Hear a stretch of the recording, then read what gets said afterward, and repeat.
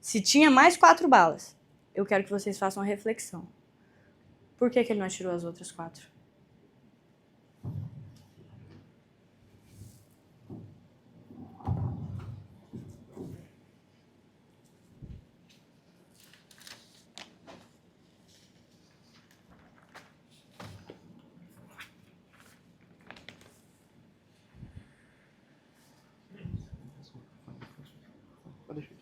Ah, tá. Tranquilo. Bom, boa tarde, senhoras e senhores jurados. Cumprimentar brevemente o Dr. Jorge pela saudação que me fez inicial. Fica aqui também minha admiração e respeito. Nós conversamos antes desse plenário iniciar. Reitero os cumprimentos que já foram feitos ao Dr. Aloísio, uma pessoa extremamente importante na minha vida, na minha trajetória profissional, acadêmica, uma pessoa que sempre me deu a oportunidade, que sempre quando pudemos discutimos aqui teses e coisas do júri, que é o que a gente gosta. Bom, a minha missão aqui hoje, excelências, é me desvencilhar um pouco do que as pessoas desse processo contam. Porque, Kátia, como a Marcela disse, vocês julgam pela prova produzida. E prova produzida a gente tem para tudo quanto é lado aqui. Assim, se vocês perceberem a fala do promotor, em alguns momentos, o depoimento da Gisele é o que ela fala se escreve. E pronto, e acabou. Vários momentos. Coisa de homicídio que ela fala, que ela fala. Cadê? Por que o doutor não mostrou aqui o antecedente criminal desse terceiro homicídio? Que a gente nem sabe o que é. Então, meu compromisso é mostrar sempre que eu estiver falando ou a lei ou a prova do processo. Porque é assim que nós podemos chegar a uma decisão. A lei vai dizer o seguinte, e falo com ela na mão. Artigo 155 do Código de Processo Penal. O juiz, vocês hoje, cada um de vocês, juiz, formará sua convicção pela livre apreciação da prova produzida. O grande problema desse processo é que tem prova e prova. Algumas provas, elas mascaram o interesse, que é natural. Nesse processo nós temos a versão da vítima e a versão do acusado. E a versão da namorada da vítima.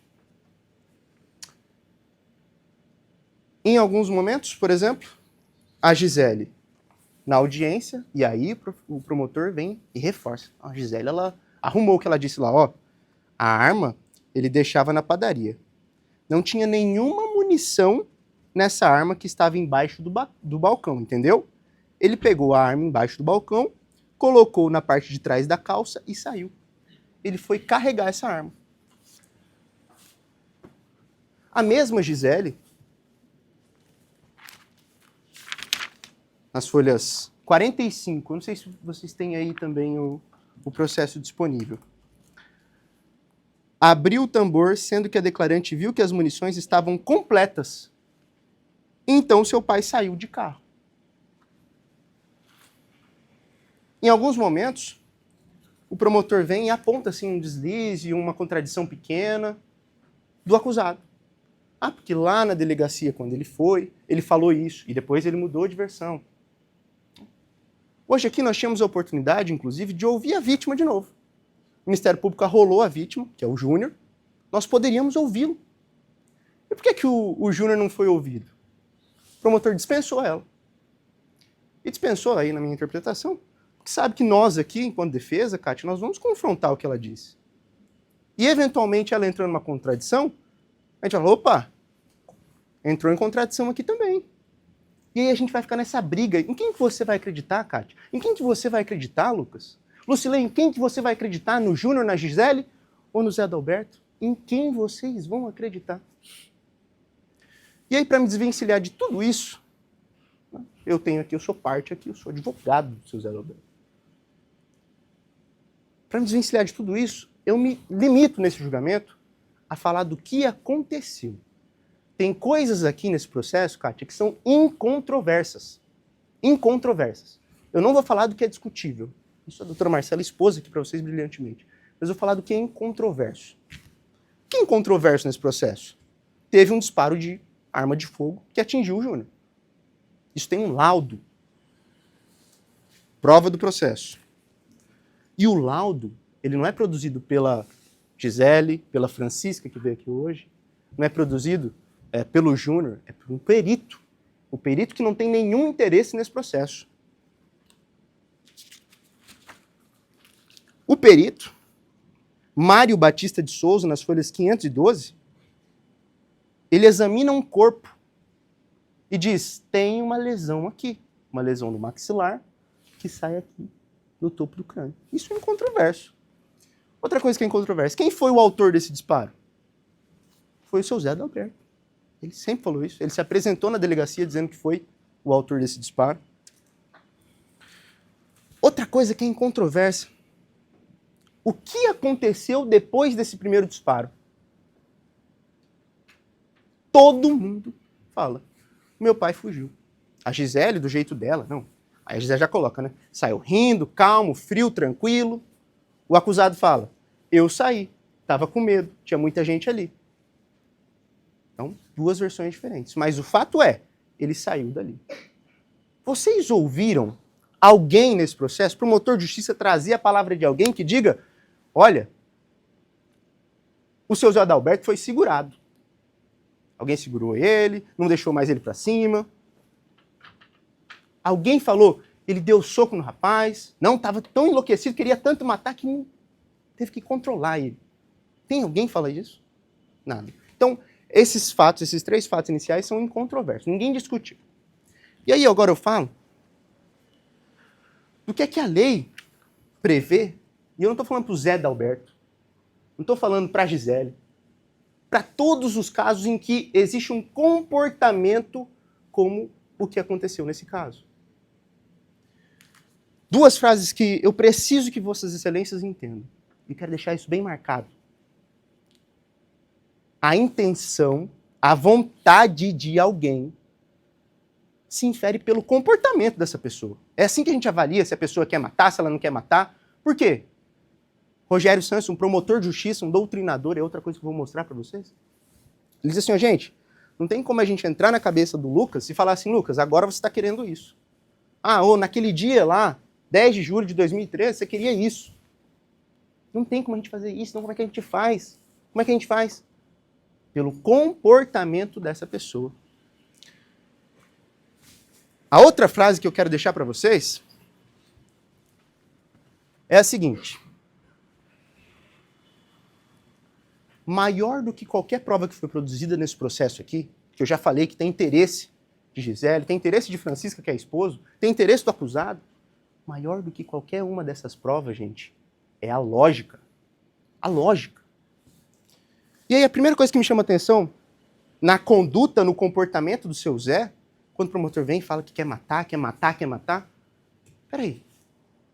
O próprio Júnior diz que quando chegou lá para conversar com o seu Zé, o comportamento dele foi o seguinte. Estamos conversando aqui, tem uma discussão, em determinado momento, o próprio Zé Adalberto fala, eu quis ameaçar ele. Então eu venho, pego aqui pela gola, assim, ó. Sai dessa cidade, eu não quero mais você aqui, sai da minha filha, o que você está fazendo com a minha filha? Esse é o comportamento, isso é incontroverso, isso não tem discussão. Aí eu me pergunto, Kátia, rapaz, o cara que quer matar, o caboclo que quer matar alguém, vai pegar o outro pelo colarinho, fazer assim, fazer... Não, se eu quero matar, eu entro naquela porta ali e vem, ó, pá, pá, pá. Eu não preciso chegar perto. Querendo matar, eu faço do jeito que eu quiser. Do jeito que eu quiser, eu tenho uma arma de fogo na mão. Fala assim, ó, ajoelha aí, ajoelha. Eu executo a pessoa. O comportamento de quem vem para brigar. E aí foi perfeito o promotor Jorge. O que eu me lembrei desse caso? Aqueles filmes de gangue, que o pessoal quer cobrar dívida. Perfeito! Que o pessoal quer cobrar dívida. Isso é comportamento de quem quer matar? O agiota que quer matar vai chegar ameaçando aqui? Não, o agiota chega e faz. Isso não é comportamento de quem quer matar pela prova maior de todas, que é a lógica. Queria matar, precisava pegar pelo colarinho? Não. Primeiro ponto que a lógica destrói. O segundo ponto que a lógica distrai é, obviamente, esse fato que a doutora Marcela já trouxe aqui, né? Se eu tenho uma arma na minha padaria para repelir eventual assalto, eu deixo essa arma desmuniciada? A doutora Marcela falou isso aqui. Isso é lógico? Tem sentido isso? Me parece que não. Outra coisa que a lógica por si só distrai. A terceira coisa que a lógica distrai, mas muito. O promotor veio aqui e falou, não, porque o Júnior, ele recebeu um salário que o seu Zé Dalberto, ele fala assim, ó, depois eu dei dinheiro para ajudar ele no hospital e tal. E aí entra o Júnior e a Gisele e fala assim, não, esse dinheiro não era para ajudar. Esse dinheiro é porque ele tinha que me pagar de salário. O Júnior fala, esse dinheiro é porque eu emprestei dinheiro. Mas peraí, que lógica é essa?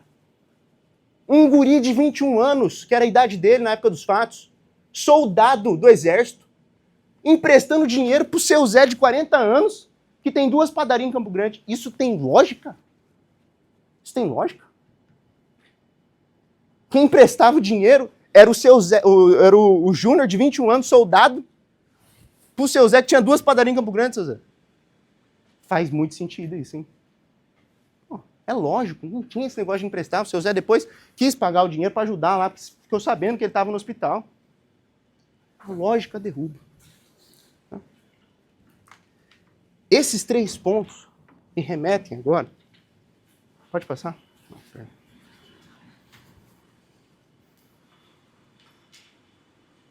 Para uma coisa que é controversa, mas se for para escolher a controvérsia, né?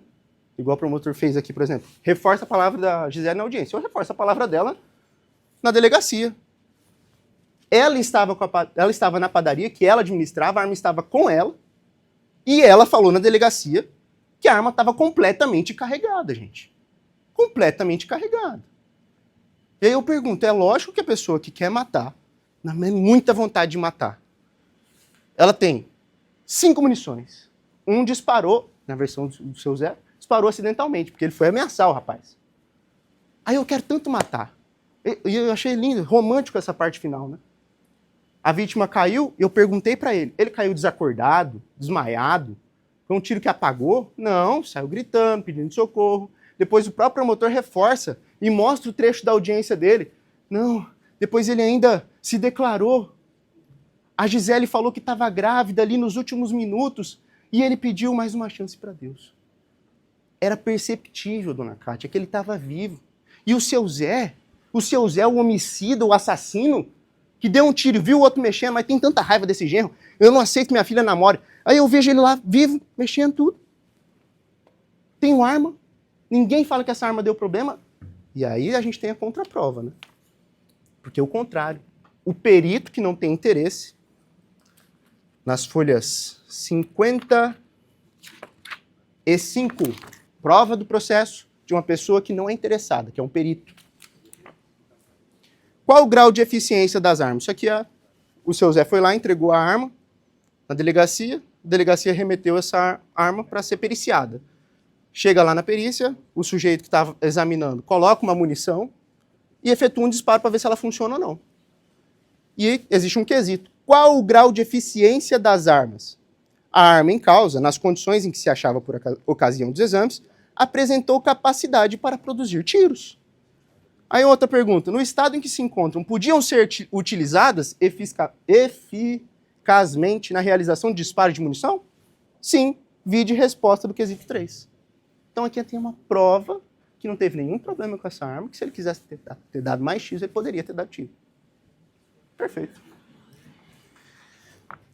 Isso no mundo do direito, e eu volto para a lei, vai se traduzir, gente, no artigo 15.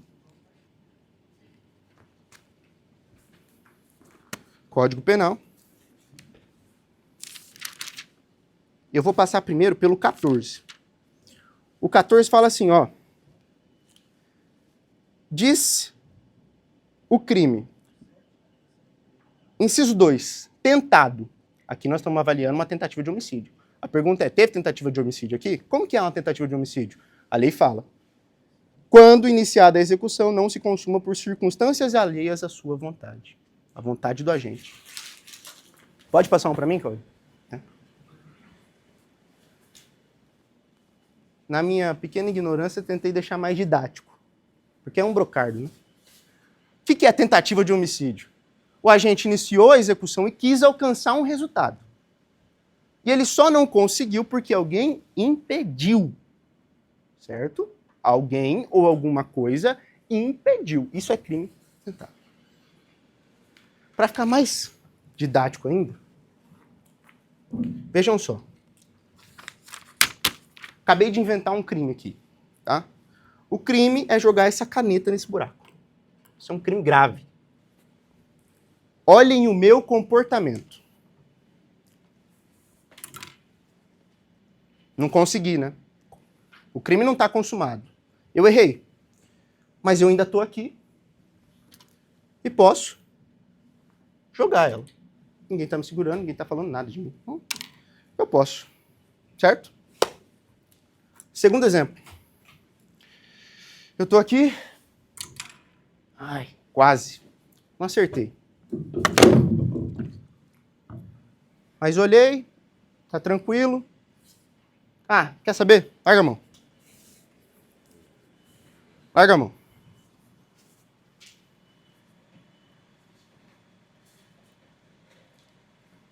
Eu volto. E agora, a caneta, ela já não está mais lá. Pode pegar a caneta. Pode pegar a caneta.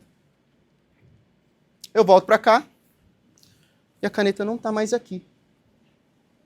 Eu não estou falando de um exemplo bobo. Eu estou falando desse caso.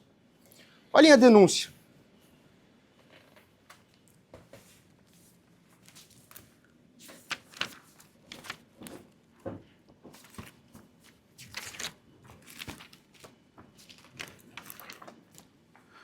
O Zé Dalberto, utilizando uma arma de fogo, efetuou um disparo contra Júnior, produzindo ferimentos, só não lhe causando a morte por circunstância alheia, devido ao socorro médico.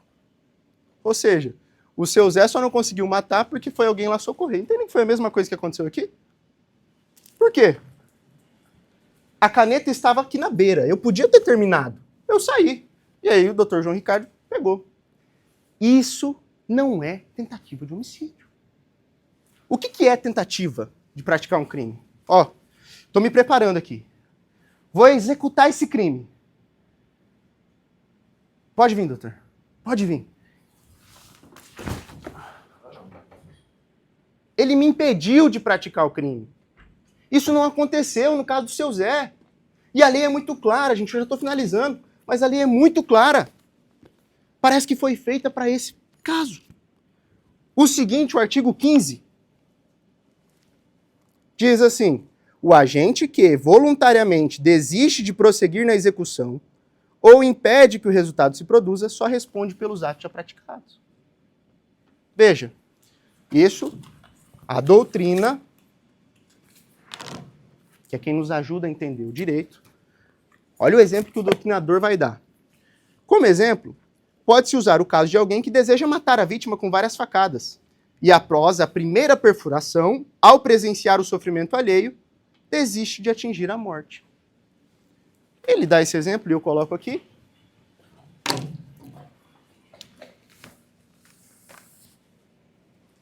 Quando eu quero executar um crime, mas eu não posso porque o Dr. João me impediu de praticar o crime, eu respondo pelos crimes que eu já pratiquei. Lesão corporal. Agora, quando eu posso praticar, quando eu posso praticar, mas eu não quero, aí eu respondo pelo que eu pratiquei. Quando eu quero, mas eu não posso, quando eu quero, mas eu não posso, é tentativa. O seu Zé, aí eu pergunto, alguém segurou ele, alguém parou ele, alguém impediu que ele atirasse mais vezes? Não, isso não é tentativa. Isso não é tentativa. O seu Zé tem que sair aqui absolvido? Claro que não. Ele tem que responder pelo crime que ele praticou. Lesão corporal grave. Agora, tentativa de homicídio, cara, não é. Porque a lei diz que não é. Ele podia, mas ele fugiu. então ele responde pela lesão corporal. Quem ou quem impediu o seu Zé nesse caso? Nada e nem ninguém. Então ele tem que ser punido sim, não tem que ter impunidade, mas ele tem que responder pelo crime que ele praticou, que é lesão corporal grave. E pode passar aí, no final. Último slide que eu vou passar. Pode passar, pode passar, pode passar, pode passar. O laudo. Pode passar. Aqui está as folhas 512. Mais uma vez o perito, a prova do processo. Eu vou deixar grande lá. Pode passar que vai ter. Aí. Um perito avaliou o corpo do Júnior.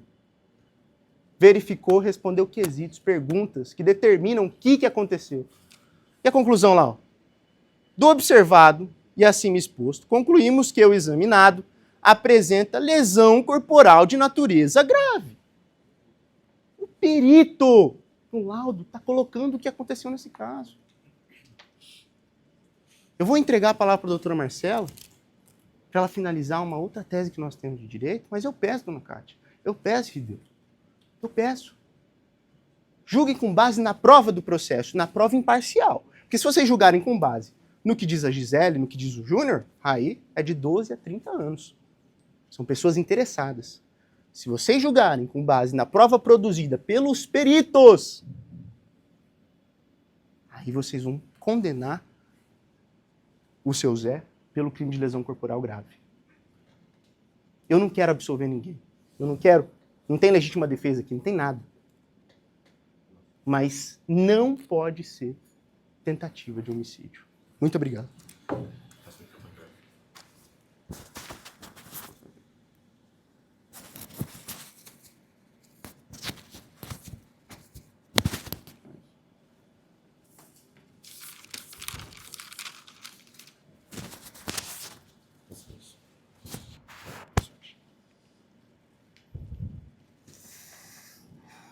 Senhores jurados, os senhores já devem ter percebido que eu tenho um envolvimento emocional com esse caso. Mas eu estou convencida de que se quisesse matar, tinha matado. Oportunidade não faltou. Ninguém impediu. A arma estava ali, estava carregada, estava apta a produzir disparos, como diz a perícia da arma. Eu acredito muito que ele botou a arma no pescoço do Júnior com a intenção de ameaçá-lo. Porra, já mandei o cara embora, ele não foi. Agora eu vou ter que usar de todos os recursos para mandar ele embora. Ou eu chamo a polícia aqui para ele levar embora, ou eu ameaço. Ok. Mas se os senhores acharem, e eu advirto, não sei se vocês já foram jurados, se alguém já falou isso para vocês, na dúvida tem que favorecer o réu. Se você não tem certeza que ele queria matar, aí você não pode condenar ele por tentativa de homicídio, se estiver na dúvida. Eu tenho certeza que ele não queria matar, mas como eu disse pra vocês não têm obrigação de acreditar em mim. Não tem obrigação, nem em mim, nem no promotor, nem em ninguém. Tem obrigação de acreditar nas provas e na lei.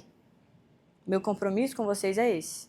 Se vocês acharem que por algum momento, naquele entreveiro, com o Júnior falando, eu vou levar sua filha de qualquer jeito, com a arma no pescoço, se por 2 segundos o seu Zé quis matar, se ele atirou pra matar, aí eu peço que vocês afastem as qualificadoras, porque o motivo não foi fútil. E aí, o que importa agora, o Luciano falou da conduta, eu tô falando do motivo, ok? A conduta, eu nem vou entrar nesse mérito, isso foi exaurido, estou falando do motivo. O comportamento posterior dele não é de assassino, de ter contratado advogado, se entregado e coisa e tal. Mas se os senhores têm certeza do intento homicida, certeza, reconheçam a causa de diminuição de pena do artigo 121, parágrafo 1º, porque a lei diferencia homicidas de homicidas. Cada pessoa que comete um homicídio tem uma pena e cada pena é diferente. Eu e você, a gente pode cometer o mesmo crime, mas a pena nunca vai ser igual. Por quê? Porque uma pessoa planejou o crime, fez friamente lá, não sei o quê, e a outra foi provocada. A outra tinha uma filha sendo espancada. Então as penas têm que ser diferentes. É proporcionalidade isso aí. E aqui no artigo 121, parágrafo 1º, diz: se o agente comete o crime impelido por motivo de relevante valor social ou moral. O que é relevante? O contrário de irrelevante. O contrário de fútil. O promotor quer um motivo fútil. Matei por um motivo fútil. Eu acho que mulher apanhando não é fútil coisa nenhuma. Eu acho que é relevante valor social ou moral. Ou sob domínio de violenta emoção, logo em seguida de injusta provocação da vítima. E aí eu faço um paralelo com a legítima defesa. Tá? Atenção agora. O artigo 25 fala: o agente que age para repelir injusta agressão, legítima defesa. Então, se o Júnior tivesse invadido a padaria do seu Zé e ele atirasse nele, aí a gente teria uma legítima defesa. Não foi o que aconteceu. Ele expulsou o Júnior e o Júnior permaneceu. E no artigo 25 fala injusta agressão. Aqui no 121, parágrafo 1º, fala injusta provocação. Se você mata por injusta agressão, é legítima defesa. Se você mata com injusta provocação, é homicídio privilegiado. O promotor falou: não reconheço um privilégio. Como se o privilégio fosse um presente. Olha que privilégio, né? Eu estou sendo condenado por um negócio. Não, não é um presente que você dá para o réu. É justiça e é uma coisa que a lei diferencia homicidas de homicidas. E eu defendo isso. Eu bato no pé nisso. Porque foi isso que eu aprendi na faculdade. É isso que está escrito em todos os livros e é isso que está na lei. Violência contra a mulher não é fútil. E outra coisa, eu já falei do recurso que dificultou a defesa da vítima, eu vou dizer exatamente como que é essa qualificadora, do jeito que ela está escrita aqui, para vocês entenderem por que eu falei que não houve surpresa.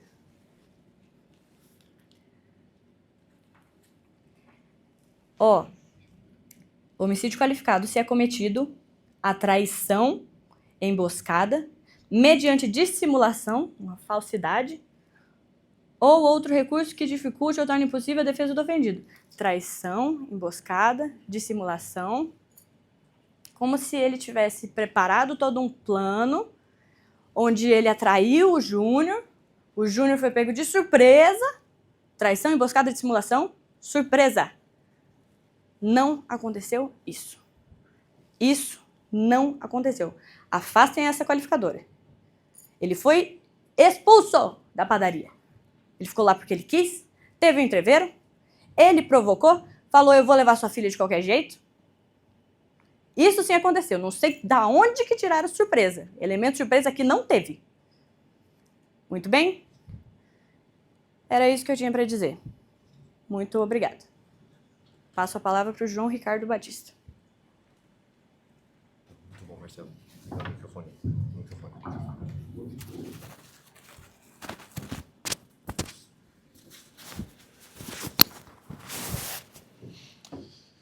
Senhores jurados, para ser breve, a minha parte ficou bem simples, que é só apresentar os quesitos. É basicamente mostrar para os jurados como votar. E dentro da convicção que eu acho que vocês já formaram, fica fácil escolher agora qual a decisão que vocês vão tomar com a vida do seu José. Vocês não podem falar comigo, mas tem uma pergunta que vocês podem responder e a partir da resposta de vocês eu até diminuo mais o que eu vou falar, porque é bem rápido. Tem alguém que não foi jurado ou que está sendo jurado pela primeira vez? Você, né? Tem gente que tem menos de 5 júris aqui? Perfeito. Então a maioria são jurados que já participaram várias vezes. Eu vou precisar de explicar algumas coisinhas para você, mas eu não vou me delongar, tá? Basicamente, para a gente entender, quando que começa um processo? É com a denúncia. Essa denúncia ela foi feita, não foi pelo promotor Dr. Jorge, foi por outra promotora. E a promotora ela colocou aqui algumas imputações, ficou muito bem claro, tudo claro aqui. Segundo a acusação inicial, que nem o Dr. Jorge, é outra promotora, falou que ele quis matar o Júnior, e aí ele fez uma emboscada surpresa ali, botou a arma na cabeça dele e atirou na cabeça dele. Tá? E aí isso teria sido, segundo a acusação, e aí consta objetivamente na denúncia, que haveriam duas qualificadoras. Primeiro, o motivo fútil, e a palavra utilizada é insatisfação com o relacionamento. Isso é banal. Fala assim, ó, eu estou insatisfeito. Insatisfeito é quando eu não comi tudo que eu queria comer e aí eu não estou satisfeito, eu como até ficar satisfeito. Insatisfeito é quando alguém pisa no meu pé e fala, desculpa, não gostei, eu estou insatisfeito. E aí se alguém pisa no seu pé, você fala e tira uma arma e dá um tiro na cabeça dele. Isso aqui seria essa a correlação entre futilidade, que é o que a acusação fala, usa a palavra insatisfeito. Eu estou insatisfeito com eles se relacionarem. É isso. Na discussão toda aqui, já ficou claro que há fortes indícios de violência doméstica. Tem um ponto que ninguém falou até agora. Ninguém. E vem de uma pessoa que é da própria vítima, que é o tal do Júnior.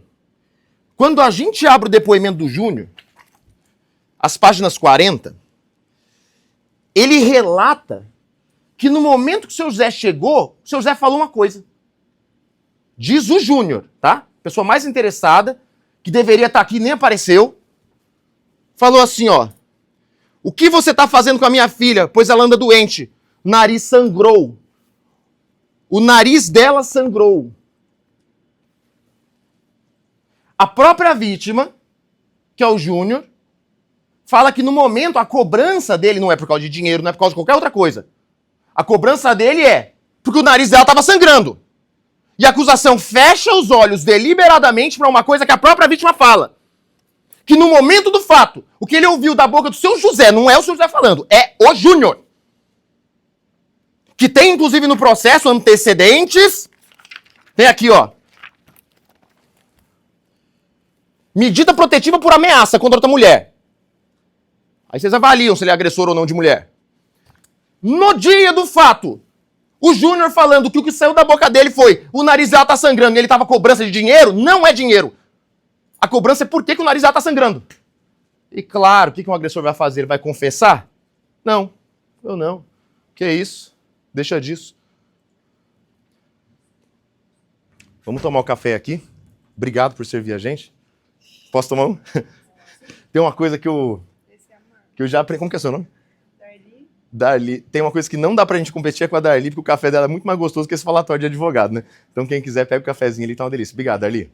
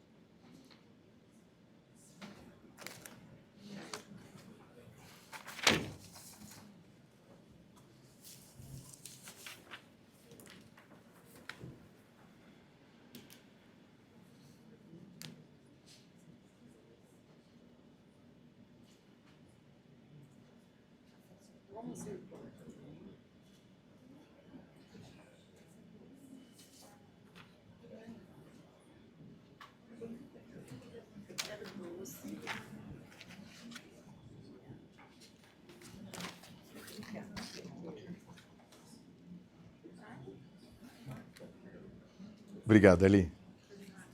Vamos lá, pessoal, retomando. Então a gente tem o próprio Júnior, que é tido como vítima, e olha só, dentro do processo, quando toma um tiro, aí vira vítima. Mas aqui, na folha de antecedentes criminais do próprio Júnior, na folha de antecedentes criminais ele está como autor, como criminoso. Histórico de violência doméstica com medida protetiva por ameaça contra mulheres. Beleza. O próprio Júnior falou que no momento quando o seu Zé chega para cobrar dele, o que o seu Zé fala? O que você está fazendo com a minha filha? O nariz dela sangrou. A cobrança dele não é por causa de dinheiro, como foi dito aqui pela acusação. Não é. Não é e nunca foi. A própria vítima reconhece que a cobrança era: o nariz da minha filha está sangrando, o que aconteceu? E aí a resposta do típico agressor é: eu não estou fazendo nada. Claro que ele não ia assumir que ele agredia ela. E esse é o ponto principal. A acusação fala, aí é o que está na denúncia. A acusação fala que o motivo seria fútil. O que é futilidade? É banalidade. É algo que não tem importância. É algo que não tem relevância. A acusação fala que o motivo, que motivou ele lá cobrar o Júnior, é a irrelevância de por ele estar insatisfeito com o relacionamento satisfeito. O motivo dele lá cobrar, o próprio Júnior fala o que é. É porque o nariz dela estava sangrando e porque ele era agressor. Aí vocês vão avaliar quem que tá certo, se é acusação ou se é defesa. Se bater na filha, onde o próprio Júnior reconhece o motivo da briga, é uma mera insatisfação? Ou se é uma questão relevante moralmente falando? O Conselho de Sentença, composto por inúmeras mulheres aqui, não pode aceitar isso, essa propositura bonita, bendita, com uma oratória boa, falando que bater na mulher é irrelevante. O motivo, o mote, o motriz, a força motora que tirou ele foi lá cobrar o Júnior. Onde o próprio Júnior reconhece que ele chegou falando. Por que o nariz dela tá sangrando? O que motivou a ação dele não é algo fútil. Até porque a violência contra uma mulher ou contra a filha dele não é algo banal, não é algo relevante. Muito pelo contrário. É algo moralmente relevante. E é isso que eu peço para os jurados. Vai chegar um momento que vai perguntar exatamente o que eu disse aqui. O acusado Adalberto agiu impelido por relevante valor moral, e não em futilidade, diante do relacionamento abusivo que existia entre a vítima Júnior e sua filha Gisele. A gente vai investigar motivo. Ninguém chega atirando outra pessoa por insatisfação. Insatisfação eu fico quando o meu cliente falou para pagar o meu horário e não pagou no dia certo. Insatisfação são coisas banais e irrelevantes. Agressão contra a mulher não tem nada de relevante, que muito pelo contrário. Isso tem uma relevância moral absurda. E aí essa é a primeira coisa que eu peço para os senhores. Até porque ninguém mata o outro de graça. Ninguém mata o outro à toa. Quando aparece no Facebook e no Instagram pra gente ali que alguém morreu, a primeira coisa que a gente faz é buscar nos comentários saber por que morreu. Matado, atropelado, morreu de doença, morreu de briga. O ser humano tem uma atenção e uma curiosidade com a morte. E toda pessoa ela morre por causa de alguma coisa. Toda briga acontece por causa de alguma coisa. Eu nunca vi ninguém tomar um tiro na igreja rezando, sentado no tribunal do júri, trabalhando na condição de jurado. A pessoa morre com briga. Morre batendo na filha dos outros. E aqui tem um ponto importantíssimo que a gente tem que discutir. O doutor Luciano veio aqui muito bem falar, explicar a diferença entre tentativa e desistência voluntária. A gente tem um elemento objetivo no processo. Quando eu falo elemento objetivo, são 2 laudos. Não é só um não, tá? 2 laudos. 2 laudos no processo, ó, página 512. O laudo falando que o que aconteceu, o que o seu José ocasionou, proporcionou no Júnior, foi uma lesão corporal. Tá aqui, ó. Lesão corporal grave. Isso é o que de fato ele fez. Em nenhum momento vai aparecer um laudo falando assim, ele tentou matar. O que ele causou é lesão corporal.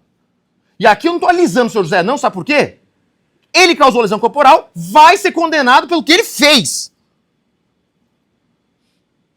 Então, nós não estamos pedindo a absolvição dele.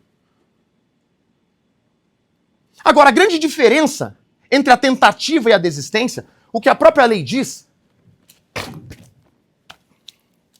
no artigo 14,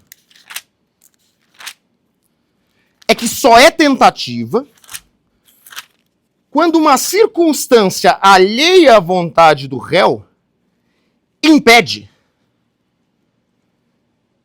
Quando o réu começa a matar, quando ele inicia a execução, e uma circunstância alheia à sua vontade impede ele de conseguir. Vocês viram a encenação aqui? Quando o advogado tenta jogar e alguém impede ele de conseguir, o impedimento ele é atual. O impedimento é atual. Acontece naquele momento.